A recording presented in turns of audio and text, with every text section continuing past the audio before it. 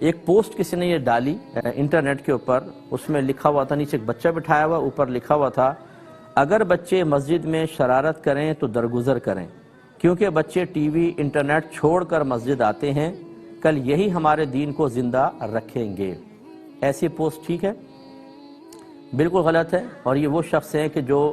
ڈیڑھ ہوشیار قسم کے لوگ ہوتے ہیں کہ جو اپنے ذہن کو بس استعمال کرتے ہیں اور ان کے اذہان تعلیم شرع سے خالی ہوتے ہیں۔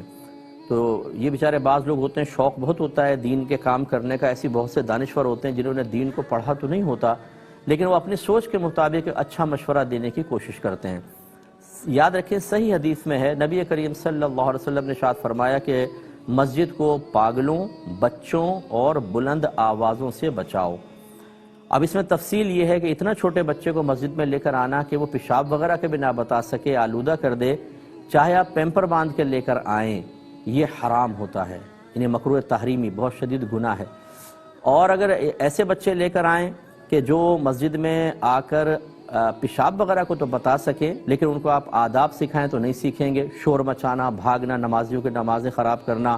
جماعت ہو رہی ہے ادھر سے ادھر بھاگ رہے ہیں، ایسے بچوں کو لانا بھی گناہ ہوتا ہے۔ اور اتنا بڑا بچہ کہ وہ پیشاب وغیرہ کا بتا سکے، ادب سکھائیں تو بڑے آرام سے ادب بھی سیکھ سکے، اسے اپنے ساتھ لانا مستحب ہوتا ہے، افضل ہے، تاکہ مسجد آئے اور مسجد میں آنا جانے کا اس کو آگے عادت ہو جائے اور مسجد کے آداب وغیرہ وہ آپ کے ساتھ رہتے ہوئے سیکھ سکے۔ اب انہوں نے چونکہ مطلقاً پوسٹ لکھی کہ اور یہ لکھ دیا کہ بچے مسجد میں شرارت بھی کریں تو درگزر کریں، جی یہ ایسا نہیں کر سکتے ہیں، وہ اللہ کا گھر ہے، اس کے ایک آداب ہوتے ہیں۔ نبی کریم صلی اللہ علیہ وسلم زیادہ حکمت جانتے ہیں، علماء کرام جو 1500 سال میں گزرے وہ زیادہ حکمتوں کو جانتے تھے، اس لیے اگر بچوں کو مطلب دین کی طرف مائل کرنے کا یہی طریقہ آپ سمجھتے ہیں کہ وہ مسجد میں آؤ شرارتیں کریں اور پھر یہی دین کو آگے سنبھالیں گے، بھائی کیسے سنبھالیں گے جب آپ شروع میں ان کو آداب اور نہیں سکھائیں گے تو کیسے سنبھالیں گے؟ اور یہ کہنا کہ یہ ٹی وی انٹرنیٹ چھوڑ کر آئیں، یہ آپ کو کیسے پتہ چل گیا کہ ہر بچہ ٹی وی انٹرنیٹ چھوڑ کر آتا ہے؟